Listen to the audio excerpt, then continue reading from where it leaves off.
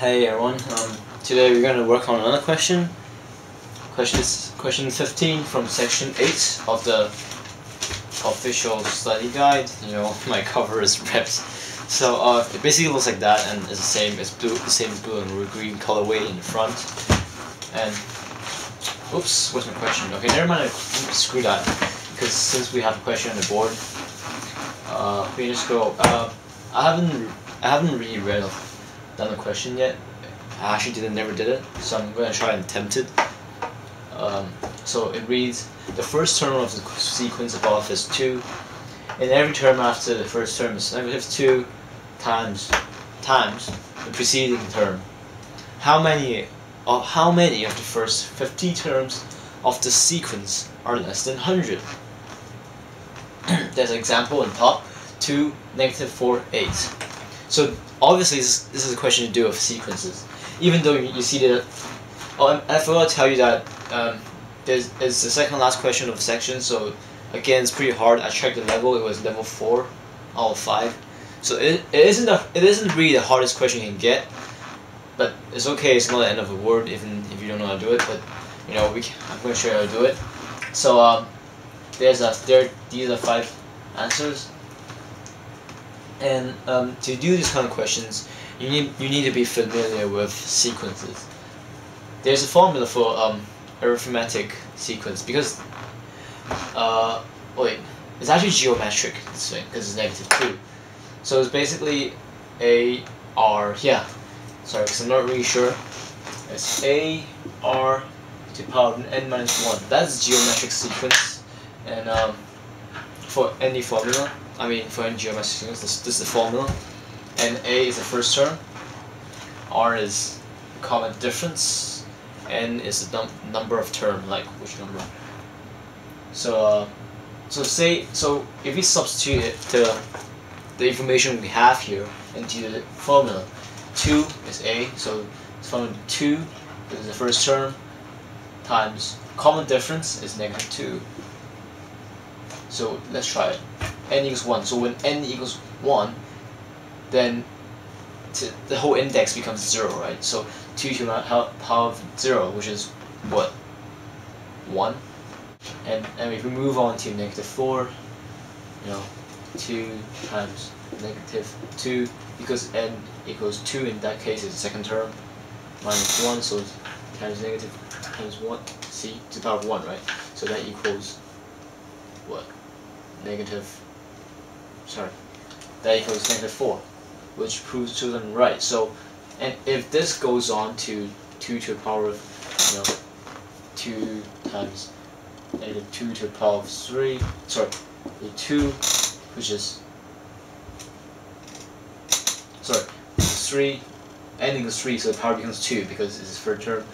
Power of 2, that makes it -2 to the power of 2 is 4. 2 times 4 is 8, so you can see it cancels out the term. You can see that the formula is pretty legit. So now the question is asking how many of the first 50 terms of the sequence are less than 100.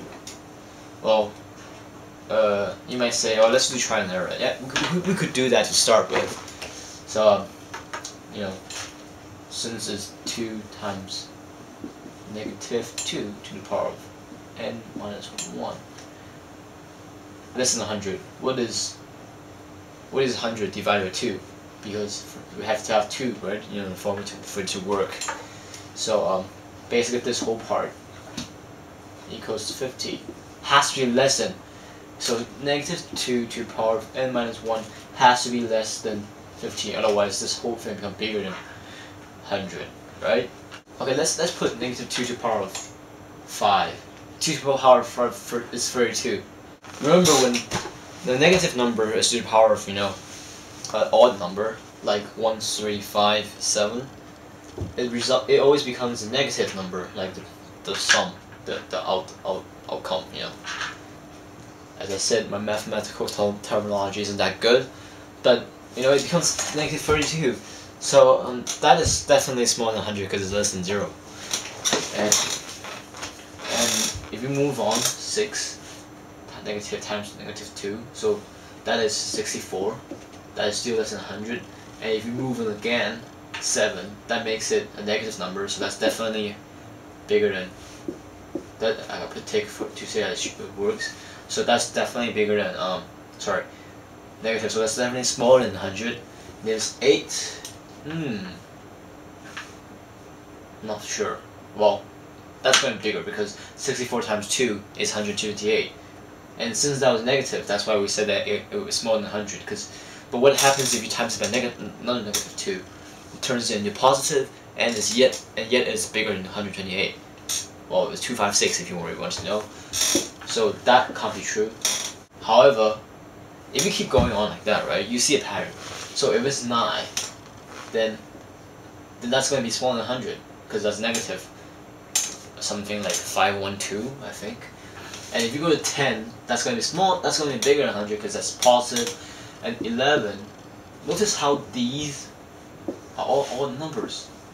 So how many is essentially asking you how many odd numbers are there in 50, in the first 50, 1 to 50, how many odd numbers are there, and also how many of these smaller than 8, that's not odd, as in they are even, are there. So in a total, so in 1 to 50, right, odd numbers are equals 25, because that's basically half of the numbers.